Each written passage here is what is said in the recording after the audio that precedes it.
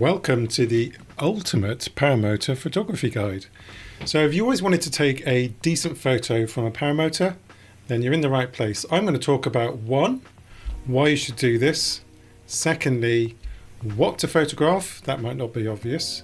3, what gear to use. Spoiler alert, it's not your phone. 4, what settings to use on your gear. Very important settings to use, otherwise your photos won't come out very well. 5, what techniques do you need to use to get a decent, well-exposed, sharp photo? How to compose your photo. And 6, one of the most important steps is how to import your photo into a photo program and process the image. All the photos that I take are processed. That means they're cropped, the horizons are leveled, shadows, blacks, highlights, all of that stuff. If you want the best possible photo from a paramotor, then you must process your images. And then finally, number 7, we are going to publish and share them. No point taking a load of really good photos and keeping them to yourself, is there? So first of all, why should you take a photo from a paramotor? It's the ideal platform to take a photograph. You can get some absolutely stunning images that you can't get anywhere else. You could use a drone, that may come to mind. However, the latest drones like the DJI Mini Pro 4 and the DJI Air 3, the latest ones as I make this video, they do produce pretty good photos, but the sensors are small and the lenses are small, so the quality is nowhere near as good as what you can get when you go up in a paramotor and you can take a proper decent camera with you. So the reason the paramotor is so good is you have this completely unobstructed view. You can look up, down, left and right. There's no cockpit there are no wings to get in the way of your photograph, so it's just the ideal place to take an aerial photo. What are we going to photograph from our paramotor? What I really enjoy is taking photos of historical sites, so castles. I really enjoy manor houses, so these old stately homes that you get across the UK, another great one. I really enjoy architectural buildings like bridges, aqueducts, that kind of thing. But also landscapes, so any kind of unique angle you can get from the sky. You can do top down, you can go across the landscape from above, gives you kind of a different angle. And the other thing is skyscapes, so when you're up in the sky you get a completely unobstructed view of the entire sky and the horizon. So if you have some interesting cloud formations like sunsets or sunrises, then it's a really good place for that. And wildlife, you may not think paramotors are good for wildlife because it scares most of it away, but quite often I see herds of deer. You can get some nice shots of them. One time I saw some deer running through some water, which I thought looked quite nice. And when I was up at Wingland, I saw some seals. So you do see wildlife from a different perspective. Sometimes they don't see you coming, especially if you fly quite low. The other thing is I see interesting patterns sometimes. So when you're flying over farmers' fields, you may see lines going across, or the way that the crops have been sown, like rows of daffodils or tulips, or even a potato field can make a good subject if you get the right lighting and the right abstract, and you've got this eye, you're looking around to see what you can photograph. You can get some great shots from a paramotor. Okay, let's talk about gear. What camera should you take up with you? Some of you may have an old DSLR, something like the Canon 70D, 80D, 90D, that range, or full frame you may have the Canon EOS 60 or the 5D Mark IV. Those cameras will work well, but they're quite bulky, they're quite heavy, and the lenses on those cameras are quite big. So my personal recommendation to when you're going flying, especially on takeoff, is to go for something a bit lighter. So I wouldn't recommend a DSLR. Most enthusiast photographers will go for a mirrorless camera now. Now Sony seems to be leading in that realm, but Canon have caught up lately. So I personally use a Sony a6400, which is very good at photo and video. I'm videoing this chat now on the a6400. That is a good compromise between weight and it's cheaper than a full frame camera. If you want to go for something slightly cheaper, then the A6000 is a very good alternative to the 6400. The video capability is not as good, but it still takes really good photos. So I would highly recommend the Sony A6000. If you want the newest and the greatest APS-C from Sony, then look at the A6700. Very, very good camera. You may also want to consider full frame from Sony. I personally feel that the lenses on those cameras are a bit bulky and a bit expensive. So if you want to take really, really good photos, I don't think it's necessary to go for something like the Sony A7 IV, for example, or the A7R. Those cameras are amazing cameras, but just a little bit bulky, a little bit expensive. The lenses are big and heavy, so I would shy away from full frame. Even something like the A7C, which is a very shrink down version of a full frame camera, you will still need to put an expensive big lens on it. So for that reason, stick with APS-C. You may want to consider a high-end compact camera, something that has a built-in lens. For example, the Sony RX100, I think, is a very, very good camera. So have a look at those. Something old like the RX100 Mark V or the Mark VI, I think would be a really, really good camera, and much, much lighter than the APS-C. So that might be a good one. Okay, let's talk settings. This is a very, very important section. If you get this wrong, you'll get rubbish photos. They'll be blurred or they won't be well exposed. So the first thing you need to consider is your shutter speed. Now, a lot of cameras will have a thing called shutter priority mode. So you need to scroll through the menu and then go and select shutter priority mode. That will allow you to manually set your shutter speed, and the camera will choose the ISO and the aperture automatically for you based on the current light levels that you have. So the general rule of thumb in photography is to use 1 over the focal length of the lens. So for full frame, this applies to, so a 50mm lens, you would want a minimum shutter speed of 1/50th, ideally faster, in order to get a sharp photo. 100mm lens, you want 1/100th of a second, and a 24mm lens, 1/25th of a second, although that seems a bit low to me.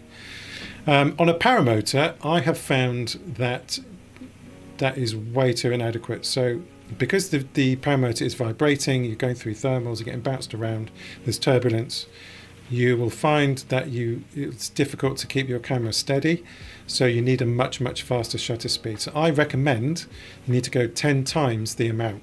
So for a 50mm lens on full frame, you'll need 1/500th of a second. For a 100mm lens, you would need 1/1000th of a second. For 24mm lens, for like landscapes, what I do, then 1/250th would probably be okay, although I recommend 1/500th as a minimum for all photos from your paramotor. The higher the better.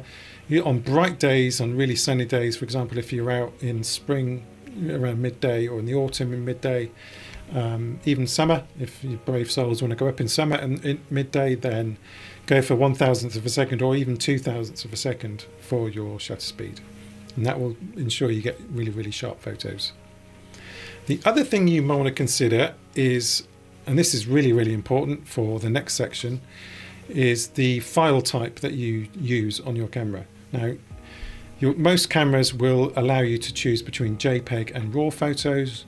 JPEG photos are compressed, processed photos, so the camera does the processing for you and writes them out in a compressed form, which makes it easy for you to upload to Instagram or whatever. However, you lose all control. So if sections of your photo come out dark or the sky is too bright, you can't compensate for that afterwards. So I recommend you set it to RAW or RAW plus JPEG. Some cameras allow you to take both at the same time. So let's talk technique. Now, this may seem obvious, but you need to wait until the wing is stable. There's no point in going through thermals and trying to take photographs. You need to do it at sunset, sunrise, when the air is much calmer. Don't take photos on a gusty day. It can be done if the light levels are bright and you set a very high shutter speed. Maybe you can do it, but you'll have to find that the horizon is off because you're moving around like this. So best on calm days without thermals. You can take photos on dull winter days, but they're generally not really worth photographing unless you're at a place that you don't go to very often. I generally don't take photos on a dull winter day. They don't come out that well. So one technique you might want to think about is the rule of thirds. So this is, if you imagine your screen is broken up into thirds, so a third horizontally, you've got 2/3 there, and then thirds vertically. If you put your subject on the intersection of those thirds, then that is very, very pleasing to the eye. Okay, so if you're taking a photo of your buddy, put him on that rule of thirds intersection. The other thing you might want to consider is the horizon. You want to put the horizon, if you're taking a photograph of the sky, have the horizon on the lower third. If you're predominantly photographing the landscape, have the horizon on the upper third, and that will give a more pleasing photo. What you don't want to do is to have the horizon in the middle of your photo. That generally doesn't, the eye is not really sure, or the brain is not sure what you're supposed to be looking at. So you want to lead the eye into your subject. So if you have that on one of the thirds, it would be much, much better. A lot of cameras allow you to have the rule of thirds grid on the screen, so you can see that through the lens, but it won't come out on the photo. Okay, so the next thing is importing your photos from your SD card into your photo package.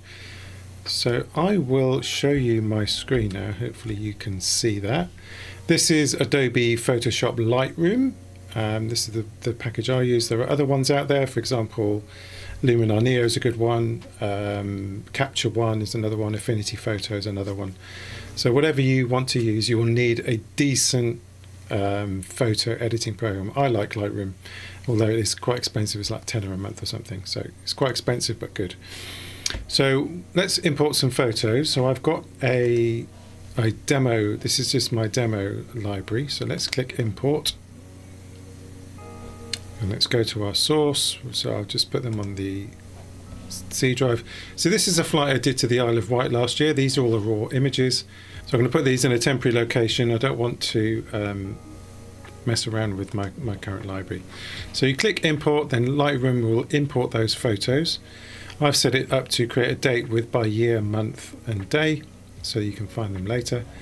And then it builds the standard preview. So you bring in all the photos like that, and they don't look that good. So this is why you should never post directly from your photo package.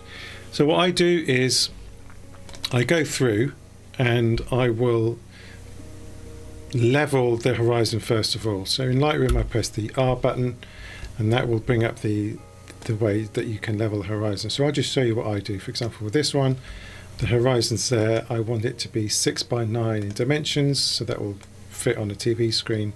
So I'll move it around and think, yeah, that looks pretty good. Okay, that looks great. And then I'll click Auto to bring the settings. Now look at the difference with that. Those settings look much, much better. Now, one thing that I do every single time is I look for blacks in the image. So every photo that you process must have a pure black and a pure white. If you have those two things, you'll have a very nice dynamic range contrasty image. So in Lightroom you've got this thing here called blacks. There's a slider where you can bring that up and down. If you hold down the Alt key and drag the slider on Windows, maybe different on a Mac, if you drag that down until you see that at the bottom there, if you bring that up so you can just see a little bit of black, that is where the photo is clipping, what's called clipping black. So that down the bottom there is pure black.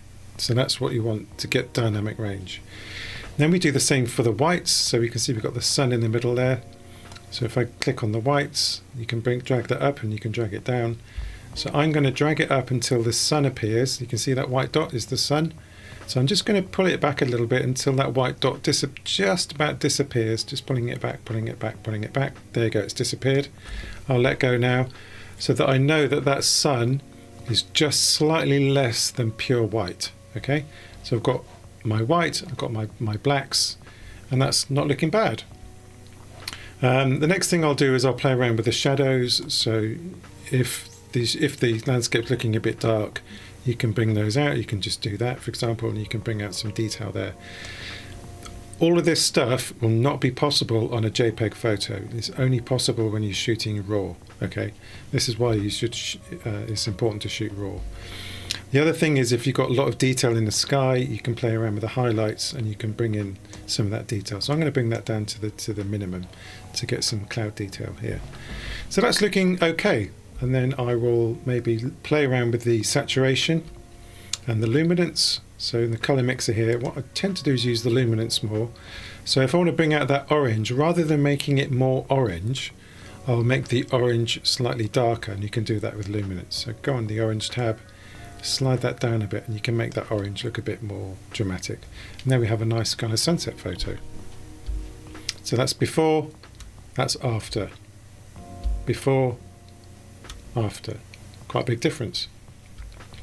Then what I'll do is I will press, I've got number keys on my keyboard, so if I press number 3, that sets this photo to a rating of number 3. Now, so 3 for me means this will be published. Number 4 is a very good photo that I might want to print. 5 is like in my top 20 all-time best photos. I hardly ever use number 5. 2 is I want to keep but not publish, and number 1 is a bad photo but I want to keep it. X is get rid of. Okay, so let's go on to the next one. And that's a pretty similar photo to the previous one, so I'm going to X that. I'm not going to publish it. Next one. So this is where I took off from. It's looking not very contrasty. So bring it on to 69. You can see my van there. I'm going to put the van in the rule of thirds. So if I just bring that down there, that will naturally, the eye will naturally go to the van here. Okay. It's not very contrasty. Let's see. Let's click on auto. See what Lightroom does. Done a pretty good job. And let's bring in some blacks. That's good. And let's see if we've got any whites in there. Let's bring those whites down a bit. There we go. Exposure looks good. Okay, next one. That's number 3 on that one. And then this is me flying over the Solent, and I'm going to do 16:9. So I'm going to put the horizon a bit higher up. And that looks good. Let's click auto. Now this photo is quite a low contrast, so I'm not that happy with it, to be honest with you. So let's have a look, see what we can get out of this. Let's bring that black. So you notice I brought the black all the way down. I'm not seeing anything at all. So there are no blacks in this photo at all. Let's have a look at the whites. So yeah, it's not a very good photo, that one. So I might put number 2 on that and revisit that later. It's not the best. This photo here is flying over some monument or other. I can't remember what it's called now. I'm sure some of you will know what it is. And we've got more detail at the top, and we've got a bit of a blank space at the bottom, which looks a bit rubbish. So I'm going to bring that up and have I'm just going to make that smaller. There we go, that looks better. Click on auto, and again go to the blacks, bring that down. So we can get some black. There's a little bit of black there. Now look at the difference on that. That's made a huge difference. So if you look at the before and then look at the after, look at that. Huge difference. And that's using raw images. So I'm not going to show you all of these. Let's scroll along and see if we can find another one that I like. I quite like this photo. Now notice the horizon's not level, mainly because the paramotor is bouncing around. So just bring that around, make sure it's level. Again, 16:9. Actually, let's make a different photo out of this one. Sometimes what I like to do is to have an unusual crop. So let's get that in the middle. Something like that gives just a completely different feel to the photo. And let's have a look at that. That looks good. And let's have a look at the blacks again. Let's get a bit of black at the bottom in those trees. And then let's get some whites in there. So it's just a little bit of white there, if you can see.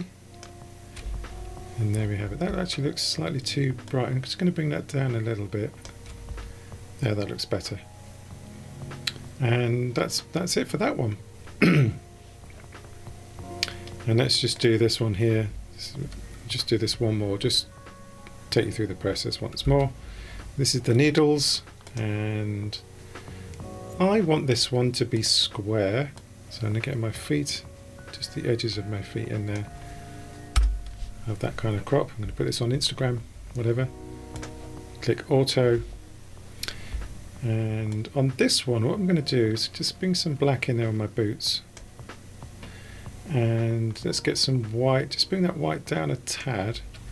And see all this blue here. I'm just going to accentuate the blue by darkening the blue. I'll just bring that down. Just a tad. Bring the aqua down slightly as well. Let's look at the before image, after. Before, after. Looks pretty good. Okay, so now that I've done all of the processing of my images, I will go back to this page, to the library page, press G to see the grid view, and you can see all the ones that I've tagged with 3 stars, 2 stars, for example. And I will then set up a rule, so what's called a smart collection. So I'll create a smart collection and I'll say Isle of Wight photos, and I'll say I only want to publish photos with 3 stars, and I only want them to be on a certain date. For example, that date was 2023 September the 7th. Click create. So I've got this album, so Lightroom then creates an album and you can just publish this album. So I've got these publish services here, so you can publish out to your hard drive. I haven't set these up on this account, but you can set those up.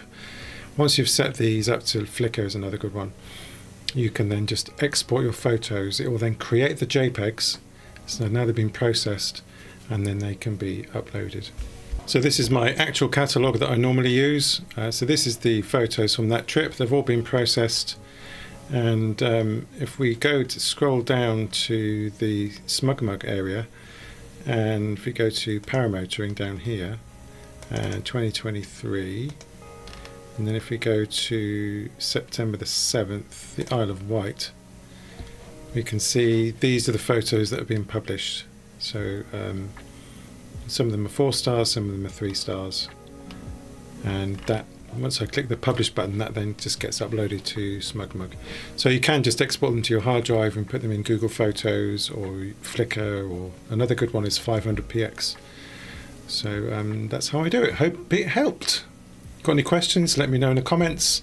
If you enjoyed, give it a thumbs up. It helps the channel. And see you next time.